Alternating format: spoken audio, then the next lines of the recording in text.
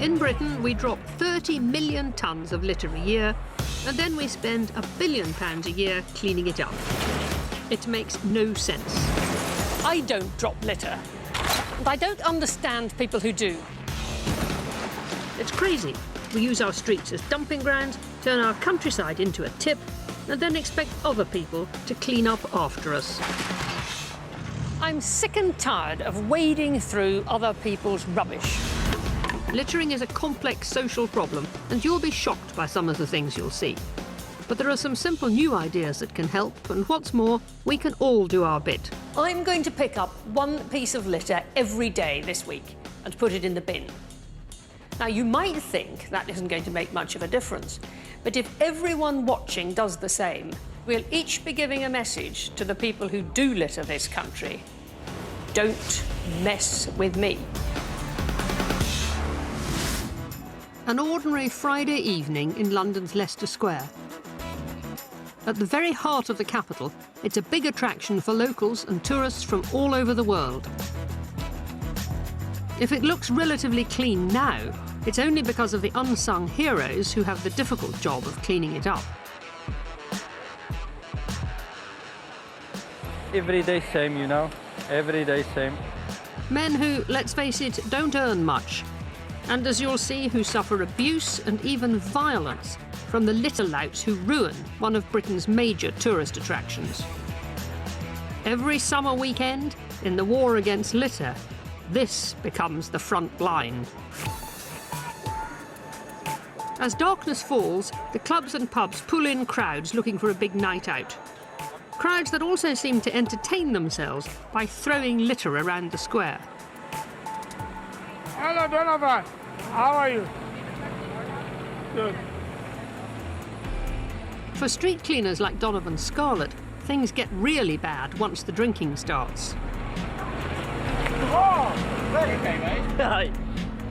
People come here to drink all the time and just chill out. So we got bottles, piece of bottle, vodka, all the drinks in the world. Donovan's been doing this job for 15 years, with the help of his trusted state-of-the-art suction sweeper. That's the suction. The rubbish go through here, through the trunk, yeah, all the way along, yeah, and it's end up come in this bag.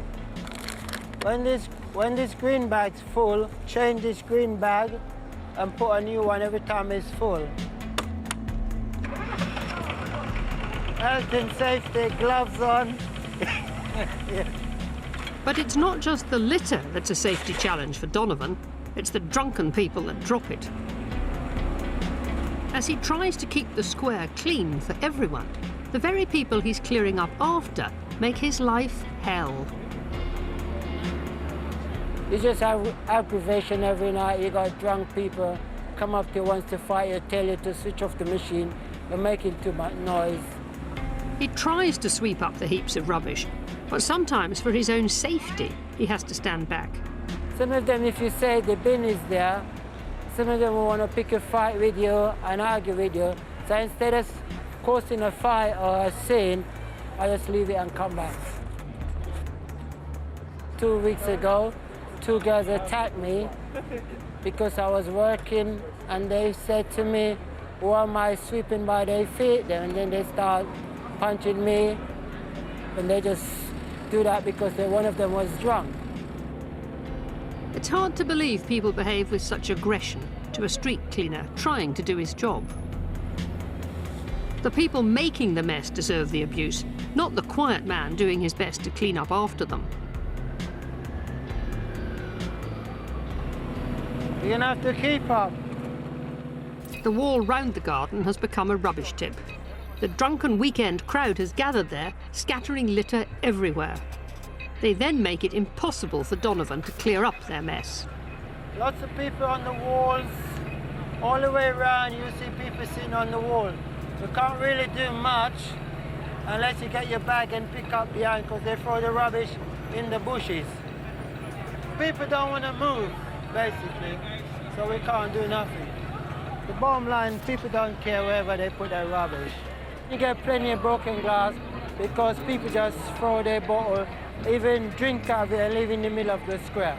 You see pizza paper, pizza hut boxes, they just chuck it on the floor, even if they're near the bin. Because they're drunk, they don't forget about the bins. It doesn't really matter to them because they don't have to clean it. And most of the time they're drunk anyway, so. This is the heart of London, right here, yeah? This is what makes London tick. He may make London tick, but no one's making his job easier. He can only work by darting in quickly when he sees a section of wall is vacated, or as a last resort, risking abuse by trying to move people on. Come on, mate.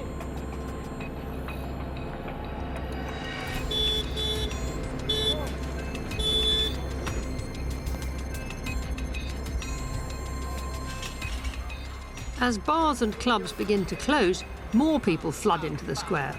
They throw their rubbish around and treat Donovan with absolute contempt.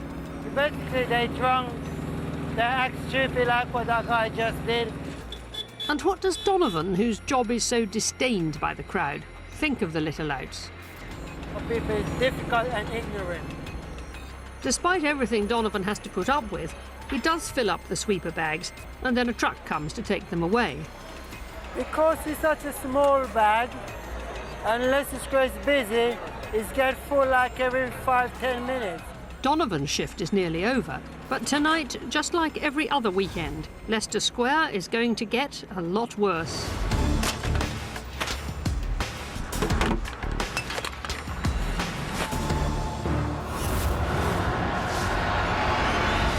I don't drop litter, and I really don't understand people who do.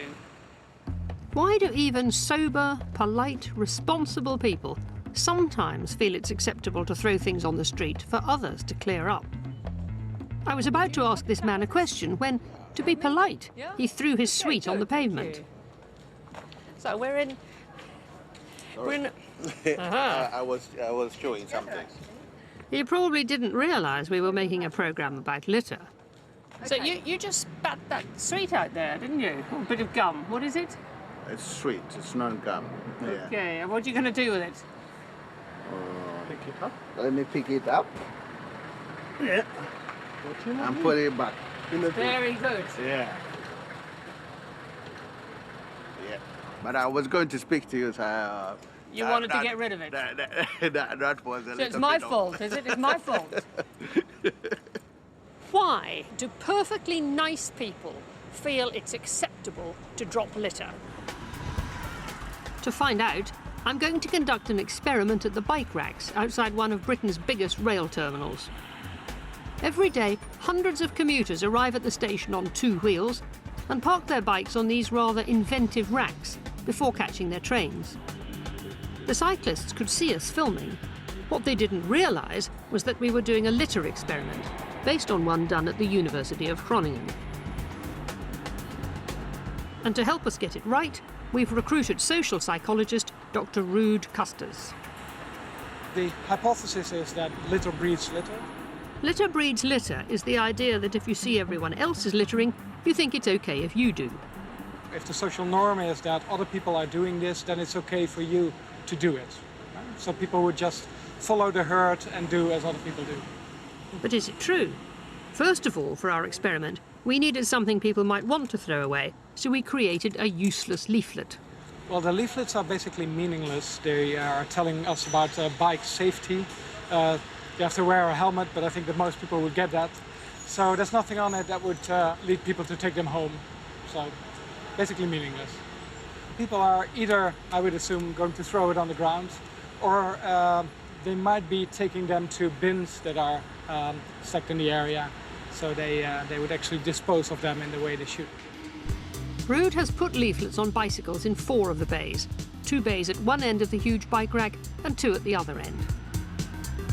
The whole area was cleaned in the usual way by station staff before we arrived. Now we're going to mess up half of it. 2 of the leafleted bays are being littered by Ruud. The other 2 will be left clean. He looks as if he's rather enjoying it. Actually feels really good.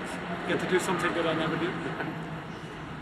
Then, to make sure people really get the idea, we add some of our own leaflets to the litter. We're going to add a couple of leaflets just to make it more realistic, and also to communicate that other people might have dropped leaflets before. So we have put leaflets on bikes in 2 perfectly clean bays and 2 littered bays. And we've added some of our own leaflets to the littered bays to see if people will follow the crowd. We're all set up to go, right? So the experiment is running, the litter is there, the leaflets are up, so we're good to go. A few commuters are arriving to claim their bikes. It's not obvious yet what's happening. Some are putting the annoying leaflets in their pockets. While we wait for the rush hour, I want to know more about the idea behind the experiment. And is there any scientific basis for this? Yes, there's certainly a scientific basis. There's, I think, it traces back to the 80s, where you had a theory called broken windows. So researchers observed and came up with the hypothesis that indeed broken windows in an area would lead to more crime, to more violence, because it is seen as an environment in which anything goes. The broken windows theory states that if vandalised windows are not fixed quickly, more will be broken in the same area. If a place feels uncared for, it will only get worse. They say the same applies to litter. Where litter is not cleared up quickly, people will drop more. Litter becomes the social norm. So I would say that everybody looks at other people if they figure out what they should do. So I'm not from London, but when I first moved here, I had to find out how to queue for a bus and how to order a beer in a bar. And there's all kinds of norms, subtle norms that you pick up quite rapidly just by watching other people. And I think the same thing goes with littering, right? So you're stuck with a leaflet in your hand, and then you have to decide what to do. And if it seems to be okay to drop the leaflet because other people are also doing so, then it's something that we go with. But will the cyclists of Waterloo prove the theory right? If the theory is right, then cyclists in the clean area shouldn't drop litter. But can it be that simple? As rush hour approaches, we wait to see if litter really does breed litter.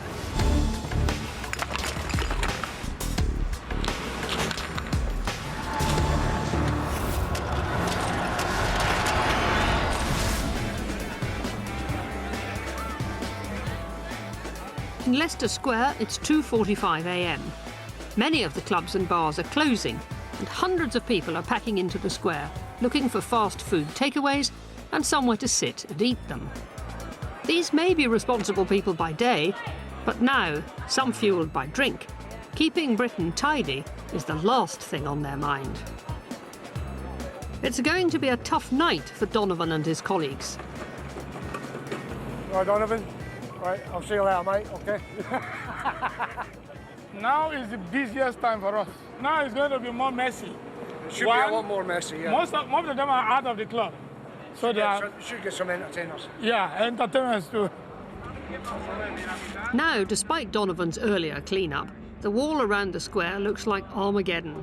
Empty food cartons, bottles and other rubbish have been thrown on the ground or stuffed into bushes. You might have to start moving people off the wall, but that's the last resort. But the task of clearing the packaging and bottles around the wall is eclipsed by the increasingly antisocial behaviour of the weekend crowd. The square is now such a tip, it seems people feel they can get away with anything. And the men cleaning up after them have to deal with something far more disgusting. The alleyway I'm going to show you now is famous for people disappearing and urinating. As you can see, the floor's wet and you've got a customer already. This is better known as Urine Alley. But it's not just urine. People will even defecate in the square. The revolting human waste can't be left. It's a health hazard. And the smell isn't what the council wants to greet tourists and people going to work in the morning. This can't be dealt with by Donovan and his colleagues alone. It takes a specialist whose job is to clear the most disgusting human waste imaginable. He's known as John the Flusher. I'll just whisk through here, flush it with some smellies, which hopefully die down the smell of urine. You can smell it now, I'll put it down. The behaviour that results in John having to do his job is something most of us find disgusting. But John just accepts it. People just use outside for a toilet, so basically you've got to flush it away. Luckily for the rest of us, John has seen the worst of human behaviour and will now tackle anything. Little bits of vomit, blood, whatever. Whatever comes through, we don't clean away. There's excrement, anything, anywhere. Blood on the streets where people have been into a fight. You have to clear the blood up. You know, some people have been really badly cut, so there's quite a lot of blood. Where it congeals, you've got to just wash it away and get rid of it with some chemicals. John's so used to dealing with human excrement, he isn't fazed by it anymore. I don't smell nothing. Even the stuff here I'm using, I can't smell it. All done for this bit, just got a bit of vomit to do around the corner, and that's it then. You'd think these men would have a jaundiced view of human beings. But they carry on resiliently and remain positive. Someone's got to do it. You know, it's either me or somebody else, and at the moment it's me. Nice, I love nice. Because you go from one day into the next, it makes time go faster. Follow the bin, man. I love nice. That's a good job every single time, you understand? We need people like this guy, mate. To clean up the streets. Yeah, mate, well, you'll always get them, believe me. So, an awful lot of characters, believe me. It's 4 a.m. and some good news at last. It started to rain, forcing the crowd to go home, expecting that others will clean up after their night on the town.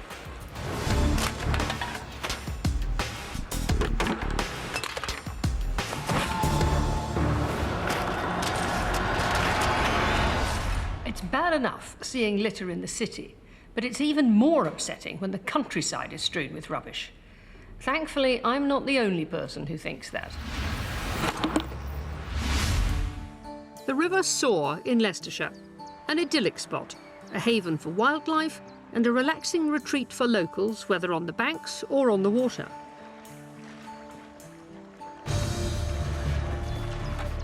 At least, it used to be. In recent times, the once clear waters have been increasingly blighted by litter. Carelessly chucked off bridges, washed in by the rain, or deliberately dumped. With much of it made of plastic or in plastic bags, it's not going anywhere soon. But now a group of volunteers is attempting to reverse the tide of litter. Just to go through a few things before we get on the water, for those people who are a bit new to canoeing, when you're paddling, you're reaching forwards to pull yourself forwards like that, or you can reach behind you, push yourself backwards. Okay? These are the Leicester Canoe Volunteers, and once a month they gather to help restore the river they love by picking up other people's litter. They're led by senior instructor David Robinson. David has to keep his volunteers safe not only from the water, but from the litter itself. So make sure everyone's wearing gloves if you can before you get on the water. Use the litter pickers as much as you can, try not to use your hands, and obviously keep your hands away from your face throughout the whole litter pick as well. Equipped with bags, protective gloves and litter pickers, they set off. It's a good turnout, and it needs to be because this beautiful river is strewn with rubbish. Any river that goes through a city is just bound to pick up rubbish. I think it's just the nature, the environment you're in. And where we are, we're on the outskirts of the city and we're downstream, so it all flows down to us. Even though it was thoroughly cleared a month ago, there's a staggering range of rubbish. We get a lot of cans. We get a lot of polystyrene boxes, you know, like you get from takeaways. Crisp packets, you get a lot of that. You get industrial stuff like plastic bags and things like that. It appears to be some kind of Barbie doll. She doesn't have any clothes, so maybe they got rotted away, along with her feet, maybe. David got the idea when he was out on one of the regular canoe trips he runs. and realised some clients were paying more attention to the litter than to the countryside. I had a group of lads playing Guess the Can as they were paddling up. It was that bad. You know, when you start getting that, you start thinking to yourself, we need to do something about this. But when he first started out, David had no idea of the scale of the problem. When we did the very first litter pick, we had 2 truckloads. So obviously that had been building up for a long time. And coupled with that, you think we do it once a month. Last year we managed to get over 200 bags over the year. So it adds up, definitely. You know, that's a big pile of rubbish when you really think about it. As the volunteers become more expert, they find more and more rubbish. And you don't want to leave it until it's all gone. You know, you start something, you want to finish it. But obviously, that could go on forever, potentially. Picking up dirty rubbish isn't most people's idea of a good day out. That's a lovely smell. I have nearly puked a few times doing these, but luckily it doesn't happen very often. But these volunteers actually enjoy it. I found a coconut. This was just put in a notice board, so we just turned up 2 years ago and been coming every month since. Got a pair of flip-flops. Matching, actually. One about 400-500 yards apart, 2 flip-flops. We were looking for something to do, sort of get the kids out of the house and away from the electronics. We thought that we were going to be walking along the side of the bank, but no, they stuck us in a canoe, didn't they, Rosie? So it's really good fun. I think it's just good to let the kids see that they can, you know, do something like this, which is for the good of other people. You know, It's not just about earning money; it's just about giving something back. We filled up 3 huge bags today, and this is our 3rd month now. And to think that this is a monthly sweep, and we get all those bags out every single time, it's amazing. And they believe their work is making a difference. Every month there's less and less litter because obviously we're picking up every month, so we're just picking up what's been littered that month. So, and today obviously there's been a lot of rain recently, so it's washed a lot of it down. Along with the usual street litter, the volunteers often find things that could do serious damage to river wildlife, like a discarded bottle of motor oil. That's 4 below if it's full of water. Sometimes we find things like medication, syringes, smashed glass. You consider, like, you've got ducks and swans all living around here. We've even had otters living around here. So it's a horrible environment for them to live. As he fishes out the filth, David thinks about the selfish louts who've polluted his river. And he's extremely generous about them. I don't necessarily think they're horrible people. I just think they just don't really understand what they're doing, that's all.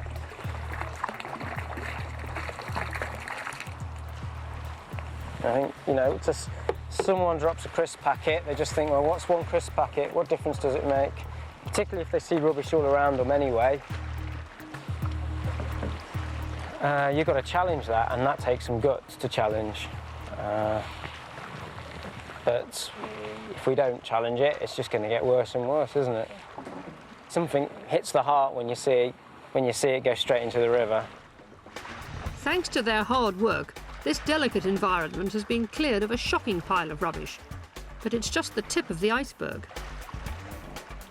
It's a funny one, really. It's a nice feeling to say that you've collected a lot and you've got a lot out of the river, but obviously, ideally, we'd be going up here and not being able to find much. There's always a surprise. I mean, this bench for a bush shelter caught me by surprise. I think this may have belonged to a shopping trolley. The little chest of drawers here and the shopping basket over there. You totally don't expect to get this sort of stuff. And as they unload their catch, there's a sense of disbelief that people could be so thoughtless. Quite shocking to think that much would amount just on the river. If everybody throws in one thing, then they don't feel that guilty, but they don't have to go and pick it up, do they? Especially with the larger objects, you'll have to take them to the skip, wouldn't you? So just chuck it in, so it's easier, convenient, I guess. Here is the final tally from the River Soar litter pick. 20 black bags and a load of bigger items, and all this has appeared in the last month. The reward? A barbecue, and the satisfaction of knowing you made a difference. That's 20-30 odd bags plus all the debris, wood, bit of furniture, all that sort of stuff. and that's all stuff that was in the river or up around the river all day. So, you know, now we've taken that out, and the environment's a lot better for us and for wildlife around. And next month, David and his volunteers will be back to do it all again.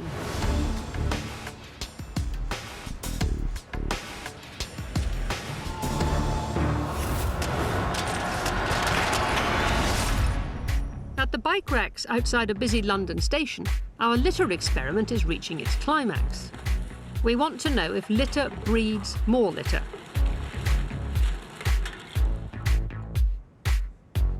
A hypothesis called the broken windows theory states that if vandalised windows are not fixed quickly, people will break more in the same area. But does the same apply to litter? Are people more likely to drop their rubbish in an already littered area than a clean one? To find out, we've fixed uninteresting leaflets to bikes on 4 racks.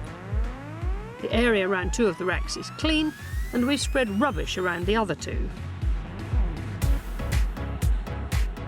It's rush hour, and cyclists are coming to retrieve their bikes. They won't want to keep our leaflets, but how will they dispose of them? And who is more likely to drop the leaflets on the ground? The cyclists in the clean area, or the ones in the area we've heavily littered?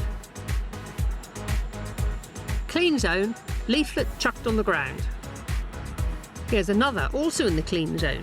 She's reading, looking, and I think that went in the pocket. Over in the dirty zone, it's getting messier, partly thanks to smokers helping our experiment by chucking cigarette ends on the ground. The man with the red rucksack has the leaflet, reads it, looks to the right, and casually drops it behind. The experiment has been running for about an hour. Rude, how's the experiment going? Well, I think the jury is still out, but we're seeing some behavior. So people are dropping their leaflets in the littered area. We also had one person dropping the leaflet in the clean area. So we don't know yet, but there seems to be something going on. How do you think it will finish? I think, given the amount of littering that we did in the litter area, I think we will find an effect showing that people are dropping their leaflets more often there. And what do we gain from knowing that? What we gain from that is kind of an affirmation of the theory that indeed people follow the social norms in the environment. So if litter is all around, people would infer that littering is okay, that other people are littering and they are doing the same thing.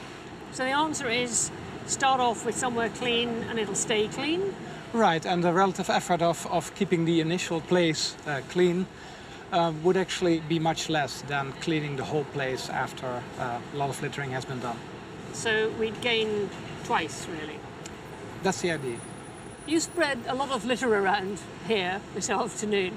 Apart from for the purpose of experiments like this, have you ever dropped litter?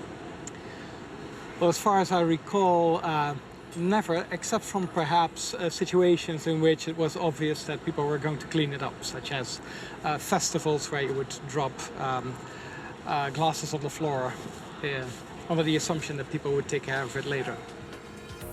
So even psychologists go with the herd sometimes.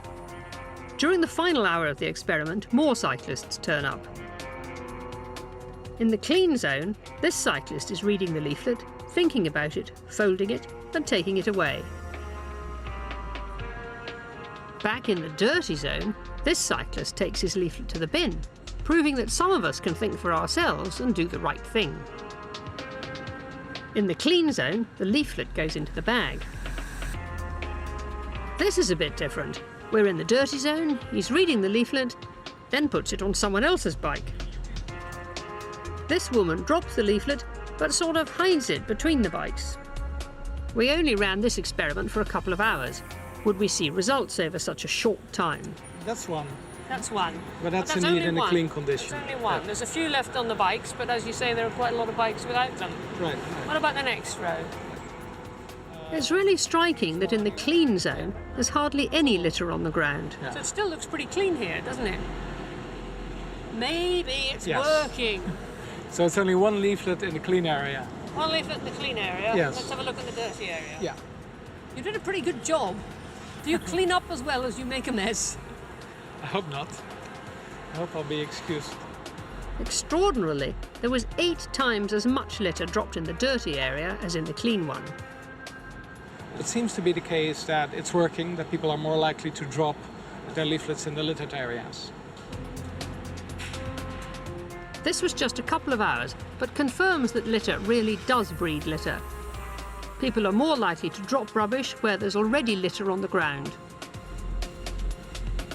It proves the broken windows theory right. A clean place is likely to stay clean, and a dirty one just gets worse. So keeping the streets clean on a regular basis pays off, because less litter is dropped, so you save money in the long term.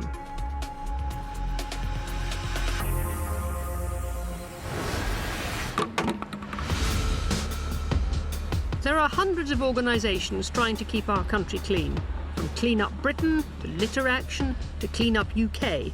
But to most of us, it appears to be getting dirtier. Does that mean the organisations that campaign against litter are simply failing to do their jobs? Britain isn't getting any tidier, is it? It seems to be getting messier. It's just about staying the same. But if you think about the world that we live in today with fast food, eating and drinking on the go, the amount of confectionery we consume, the indoor smoking ban, which means everybody smokes outside on the streets, to hold our own is pretty good, really, actually, because our culture has changed so much. But we need to do better, and we need to stop spending £1 billion on cleaning our streets and spend that on other things. There are so many things that money can be spent on.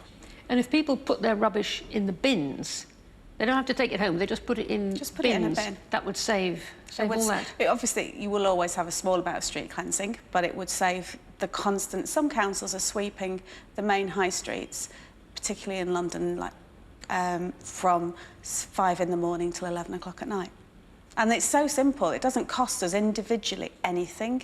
If you buy something, if you buy a can or a sandwich, you buy the packaging as well. How hard is it just to put it in a bin? You were happy to carry it when it had the pop in it or the crisps or whatever it is. Just carry it for a little bit longer and put it in a bin. What a difference. If we all did that, what a difference. It's in no one's interest for our country to be littered. We should admire the people who do the tough job clearing up our litter. But thankfully, some authorities are going even further and trying to catch litter louts in the act. Litter is depressing, and when you see it in a town centre, you think less of the place. So most councils have getting rid of litter on their wish list. In Braintree in Essex, they're putting broken windows theory into practice to solve the problem. They've discovered that it actually makes financial sense to employ teams of officers to crack down on even minor littering, like dropping a cigarette end. And it's working, because there's 55% less litter in Braintree than 4 years ago, and the council's saving money. If they drop any type of litter, we will deal with that as an offence, and we will issue a £75 fixed penalty notice on the person. Stuart used to be a part of the clean-up team, but he realised some tough action was needed to stop people dropping litter in the first place. It does give me job satisfaction that the area now is a lot cleaner, and I have no compassion for anyone that fly tips or drops litter at all. We hope that if we issue someone with a fixed penalty notice, they'll think twice before dropping litter again. Today, 2 teams are heading to an area that's a known litter hotspot. This is a shopping precinct, yeah. Yeah, it's only a small little area. And then it leads into the main high street. Once in position, Braintree's men in black keep their eyes peeled. She had a fag on just then, I think. Has she still got it in her fingers? Yeah, she has. The £75 fine, properly called a fixed penalty notice, can only be issued if they witness someone actually dropping litter. And the presence of the officers is a deterrent in itself. They were watching that lady there smoking, and then she walked this way and clocked us. It's not long before Stuart gets a call. He's told the other team have success. They spotted a woman dropping a cigarette end and are about to issue a ticket. I believe they've just witnessed that woman littering and it looks like they're in the process of issuing a fixed penalty notice. Stuart doesn't think it's overkill having 4 officers looking out for dropped cigarettes. He knows that litter breeds litter. Well, I wouldn't say it's a waste of money, because if by doing the campaigns and the enforcement, and people know that they're going to get a fixed penalty notice if they drop litter, that stops them dropping litter, that saves money, because it saves money, extra money being paid to clear up the waste. So it's got to be a saving of money, not an expense. The lady I just give the ticket to there, the fixed penalty notice, was for dropping a cigarette, but when she crossed the road here, she got onto the pavement, just threw it on the pavement and carried on walking if it's okay to do. Unsurprisingly, perhaps, there are no more litterers in the precinct, so Stuart moves the patrol up to the main high street. Aware of the officers, people are avoiding the embarrassment of getting caught. People find it embarrassing that they realise someone has watched them deliberately drop some litter. And we do find that, you know, there is an embarrassment factor in it, and that's really good. We want to play on that. Let's embarrass them. You know, if they can't be bothered to take their litter home or put it in a bin, then yes, we'll embarrass them. Having lived in Switzerland and Germany, where people just would never dream of littering, I became deeply ashamed of what we do in Britain, why we seem to find it acceptable. On his way to the high street, Stuart has just spotted a woman dropping a cigarette end. You just committed an offence, OK, by throwing that cigarette butt on the floor. The way I intend to deal with this offence is by way of a fixed penalty notice. OK, it's £75. If paid within 7 days, it would be reduced to 50. But if not paid at all within 14 days, it would be summons to court. It can be a fine of up to £2,500. Given the identification on you at all? The woman says there should be more cigarette bins on the wall and that everybody throws their cigarettes on the ground. The woman offered to pick up the cigarette butt, but is still being issued with a £75 fine. She says it's ridiculous, and when Stuart attempts to caution her, says she doesn't want to hear any more, takes the ticket and leaves. You're a happy customer. Stuart's seen it all before. Yeah, they make all the excuses. Not happy, oh, you're gonna fine me £75. Yeah, I am. Didn't get a chance to caution, she just took it. Nothing else to say. It's up to her now, she can either pay it. We've got the details, if she doesn't pay it, she'll go to court. I mean, she made an excuse about not enough beans. There was plenty of beans. That's still not an excuse to drop your litter on the ground. Some of the excuses you get back you would never believe. I think the best one I've had was one of our members saw a crisp packet being thrown out of a van, and I sent a littering questionnaire off to the person and come back and it said, my dog likes to eat crisps, and I brought my dog a packet of crisps. Opened them for him and he had them in the bag, and he does like to stick his head out the window, and he must have had the crisp packet in his mouth. You know, it was so well thought of, I almost let him off, but I didn't. No wonder littering in Braintree is down by 55%. Tough measures, stopping even the slightest littering, are winning the war against the litter louts. You might be horrified at the idea of a fine for dropping just one cigarette end, but some people won't do the right thing unless it hurts their wallet. It's been a night of drinking, partying and littering in Leicester Square. Glass and plastic bottles, fast food wrappers, cigarettes and even human waste have been dumped in the park, on seats and in the street for someone else to clear up. Someone like Donovan, who gets abuse from the crowd for doing his job. It's 4 a.m, and the good news is that it's been raining for half an hour, sending scantily dressed litterers home and leaving the square to the Westminster cleaning team for their final push. We've got the sweeping machines ready to go. The rain's helped with people, they've all gone now, so we can crack on with it now. Final push. It's always hard because you're tired from the rest of the night.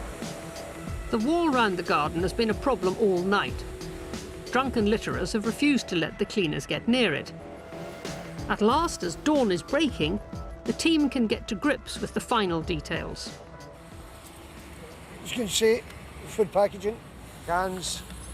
You will get the odd bottles, hopefully not too many broken ones. Plastic bottles, more tissues, food wrappers. 90% of it's like tissues. Bit of vomit here. Just a few wet tissues. Disgustingly, cleaning up vomit is all part of the service. No, I never feel nauseous. It doesn't bother me at all. It's just part of the job, you know. Some people can take it, some people can't. Yeah, this is the last job of the evening. I'll be glad it's over. It's been a good night. I've enjoyed every minute of it. It's extraordinary that after a night coping with aggressive litter louts and their revolting rubbish, these men are still positive. You are looking at a clean environment, a happy place to be. Yeah, because a clean street is a happy place to stay. And a little after 5:30, the transformation is complete. From an orgy of antisocial behaviour to an attractive square ready to welcome tourists and workers. Yeah, as you can see now, everything has been taken care of. So I'll be heading back to the office to make sure all the staffs are back. Gentlemen, we'll be seeing tomorrow. Tomorrow is another day. And hopefully this is the last bit. One little bit up there, one bit here. This should be all of it. The place is looking very clean compared to it was earlier. So, yeah, I'm happy. It's a lot cleaner, a lot better. And I'm off home now. And tonight, after a good sleep, they'll be back to do it all over again.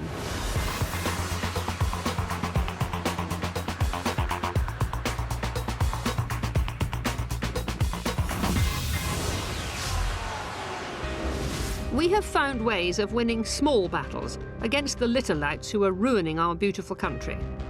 But we do have a bigger social problem on our hands. Unless people stop treating our streets and countryside with such a lack of care, contempt even, little is going to change. In the meantime, we all owe massive thanks to everyone fighting the war against litter.